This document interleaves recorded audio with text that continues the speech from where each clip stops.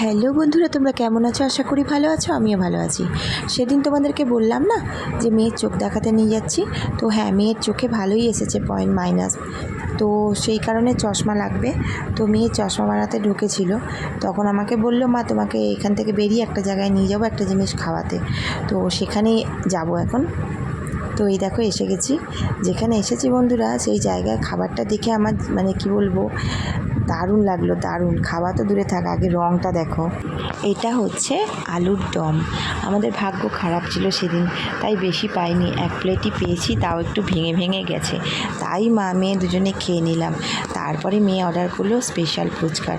তো ফুচকা তখন বানানো হচ্ছিল, তার আগে আলুর দমটা দারুণভাবে খেয়ে নিলাম, খুব মজা আসলো। তো এই দেখো স্পেশাল ফুচকা চলে এসছে।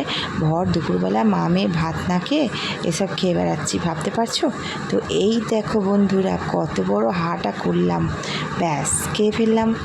তো তোমাদের কারো কিছু খেতে ইচ্ছে করছে কি ফুচকা? তো দেখো এখন খাচ্ছি হচ্ছে আখের রস। এটা খেয়ে এখন বাড়ির দিকে রওনা দেবো। তো তোমাদের কেমন লাগলো আমাদের দুপুরবেলা এই খাওয়া দাওয়াগুলো কমেন্ট করে জানিও। টাটা।